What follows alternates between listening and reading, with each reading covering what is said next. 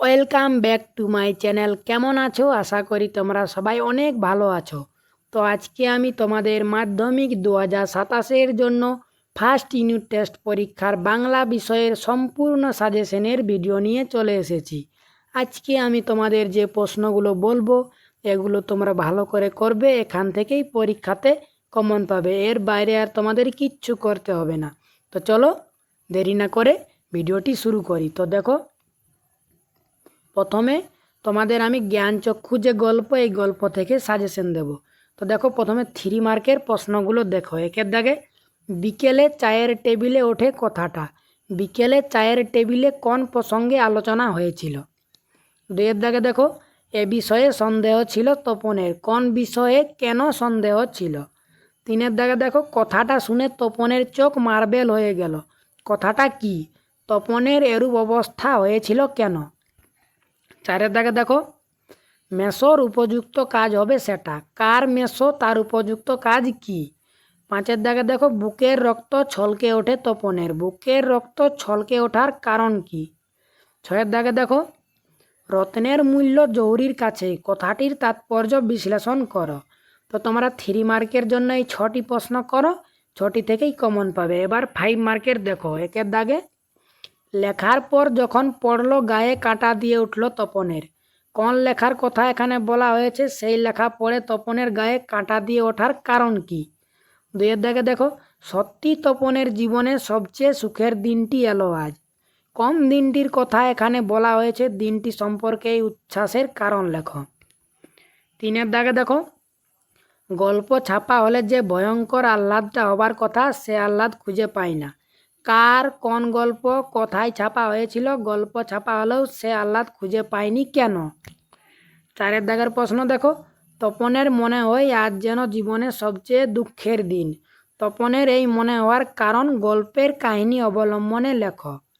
5-এর দাগে দেখো, তপন যেন কোথায় হারিয়ে যায় এই সব কথার মধ্যে। কোন সব কথার মধ্যে তপন কেন হারিয়ে যায়?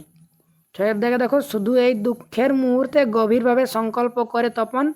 তপনের দুঃখের কারণ কি? সে কি ধরনের সংকল্প গ্রহণ করেছিল?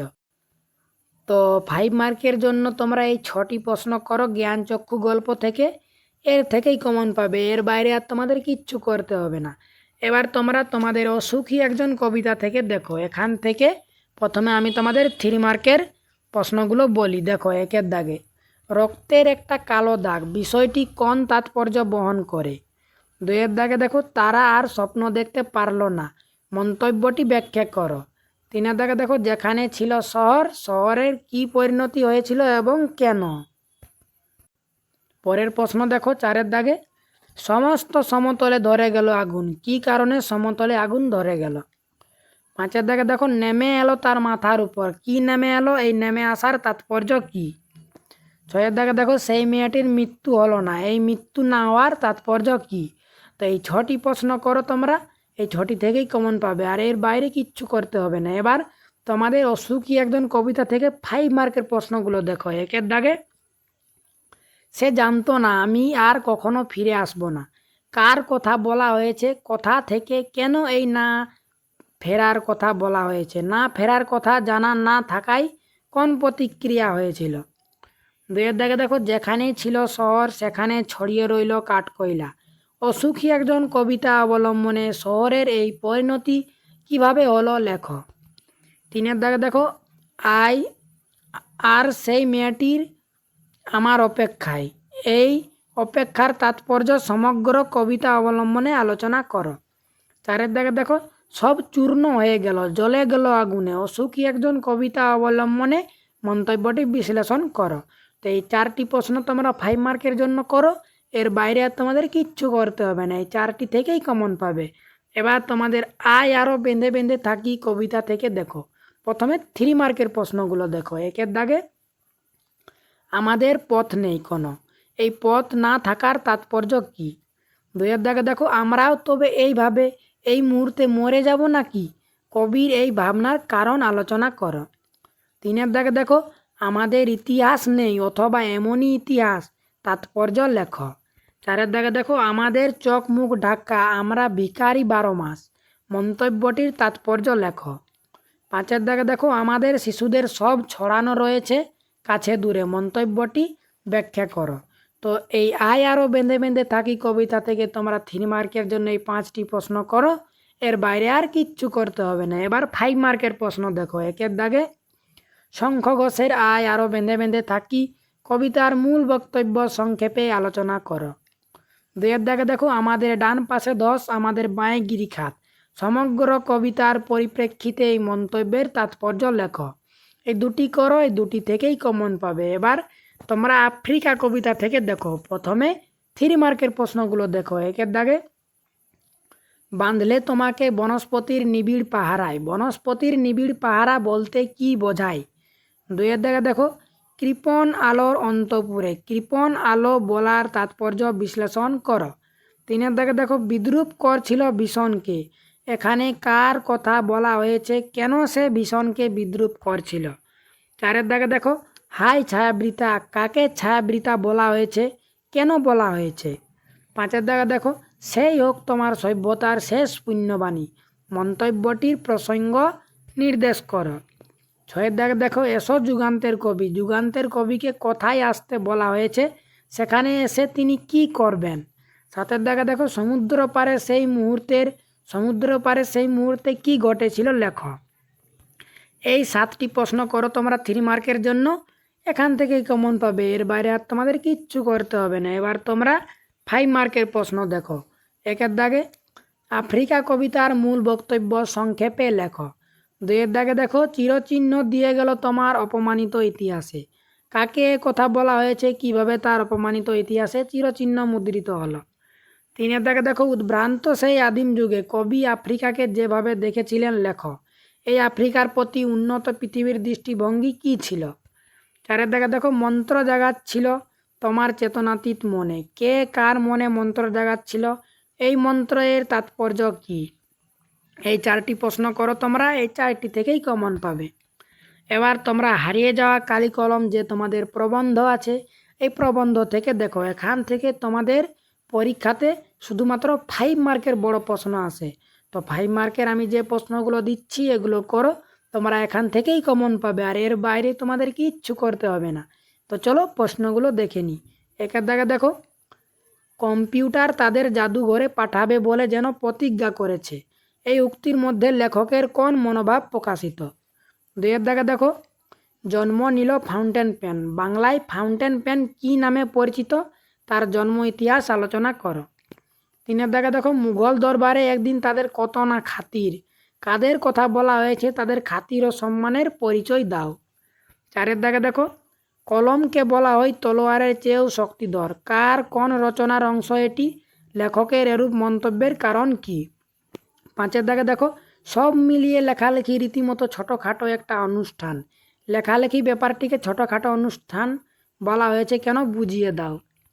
এই 5টি প্রশ্ন তোমরা হারিয়ে যাওয়া কালি কলম থেকে করো, এখান থেকে 100% কমন পাবে, এর বাইরে আর তোমাদের কিচ্ছু করতে হবে না। এবার তোমরা কনি থেকে দেখো, তোমাদের ফার্স্ট ইউনিট টেস্ট পরীক্ষার সিলেবাসে তোমাদের কনি যে বইটা আছে সেখানে তোমাদের 1 নম্বর পৃষ্ঠা থেকে 31 নম্বর পৃষ্ঠা সিলেবাসে আছে। তো এই পৃষ্ঠার মধ্যে তোমাদের 5 মার্কের যে প্রশ্নগুলো থেকেই তোমরা কমন পাবে সেই প্রশ্নগুলো দেখো। 1-এর দাগে দেখো বলছে আজ বারুনি গঙ্গায় আজ কাঁচা আমের ছড়াছড়ি, বারুনি কি, গঙ্গার তীরের বর্ণনা পাঠ্যাংশে যেভাবে পড়েছ গুছিয়ে লেখো। 2-এর দাগে দেখো বিষ্ণুধর হতভম্ব হয়ে লোকটির জগ করা দেখতে লাগলো, বিষ্ণুর এই হতভম্ব হয়ে যাওয়ার কারণ কি ছিল লেখো। 3-এর দাগে দেখো 4 লক্ষ টাকা খরচ করেও আপনি নিজের শরীরটাকে চাকর বানাতে পারবেন না, কে কাকে বলেছিলেন, তিনি কেন এরূপ বলেছিলেন? 4-এর দাগে দেখো 4 বছরের মধ্যেই প্রজাপতি ডানা মেলে দিয়েছে, প্রজাপতি সম্পর্কে কি জেনেছ, প্রজাপতিকে ঘিরে ক্ষিতিশ সিংহের পরিবারের কোন ছবি ধরা পড়েছে? 5-এর দাগে দেখো বুকের মধ্যে প্রচণ্ড মোচড় সে অনুভব করলো, চিকচিক করে উঠল চোখ দুটো, কার কেন এমন হয়েছিল? 6-এর দাগে দেখো শরীরের নাম মহাশয়, যা স্বভাবে তাই সই, ক্ষিতিশ সিংহের এই উক্তিতে তার কিরূপ মানসিকতা ফুটে উঠেছে? 7-এর দাগে দেখো খাওয়ায় আমার লোভ নেই, ডায়েটিং করি, বক্তাকে তার ডায়েটিংয়ের পরিচয় দাও। 8-এর দাগে দেখো চিৎকারটা হতাশায় ভেঙে পড়লো। কার চিৎকার? সেই চিৎকার হতাশায় ভেঙে পড়ার কারণটি আলোচনা করো। এই 8টি প্রশ্ন করো, তোমরা এখান থেকে 100% কমন পাবে। এর বাইরে আর তোমাদের কিচ্ছু করতে হবে না। এবার তোমরা বঙ্গানুবাদ দেখো। বঙ্গানুবাদও আমি তোমাদের যেগুলো দিচ্ছি এখান থেকেই কমন পাবে। তোমাদের বঙ্গানুবাদ কিন্তু কেউ সাজেশন দেই না, কিন্তু আমি তোমাদের বঙ্গানুবাদ সাজেশন দিচ্ছি এবং এটাও গ্যারেন্টি দিচ্ছি যে এগুলো থেকেই কমন পাবে। এর বাইরে আর কিচ্ছু করতে হবে না। তো চলো দেখে নিই পরপর। একের দাগে দেখো, প্রথমে তোমরা আমি যেগুলো বলে দিচ্ছি সেগুলো করবে। দেখো, 1-এর দাগেরটা করবে, 2-এর দাগেরটা করবে, 3-এর দাগেরটা করবে, তারপরে 4-এর দাগেরটা করতে হবে না, 5-এর দাগেরটা করবে, 5-এর দাগেরটা করবে, তারপর 6-এর দাগেরটা করবে, 7-এর দাগেরটা করবে, তারপরে তোমরা 9-এর দাগেরটা করবে, 12-এর দাগেরটা করবে, 13-এর দাগেরটা করবে, তারপরে 16-এর দাগেরটা করবে, তারপরে 20-এর দাগেরটা করবে, আর 22-এর দাগেরটা করবে। বাস এই কটি যে কটা বললাম এই কটি করো, এর বাইরে আর কিচ্ছু করতে হবে না। তো এগুলো করো তোমরা, এর বাইরে আর তোমাদের কিচ্ছু করতে হবে না। এখান থেকেই তোমরা পরীক্ষাতে 100% কমন পাবে। এর বাইরে যদি প্রশ্ন আসে তো তোমরা কমেন্ট করে যাবে, আমি গ্যারান্টি দিচ্ছি এর বাইরে প্রশ্ন আসবে না, এগুলো থেকেই তোমরা কমন পাবে। তো এই ছিল তোমাদের আজকে বাংলার সম্পূর্ণ সাজেশন। তোমরা যদি অন্যান্য সাবজেক্টের সাজেশন না দেখে থাকো তাহলে তোমাদের আমি ডেসক্রিপশনে পুরো প্লে লিস্টের লিঙ্ক দিয়ে দেবো, সেখান থেকে তোমরা সমস্ত সাবজেক্টের সাজেশন দেখে নেবে এবং প্রতিটি সাবজেক্টে আমি তোমাদের যা যা প্রশ্ন দিয়েছি ওগুলো করবে। ওখান থেকেই পরীক্ষাতে 100% কমন পাবে। ওর বাইরে আর তোমাদের কিচ্ছু করতে হবে না। তো আজকের ভিডিওটি এখানেই রাখছি, দেখা হচ্ছে পরের ভিডিওতে।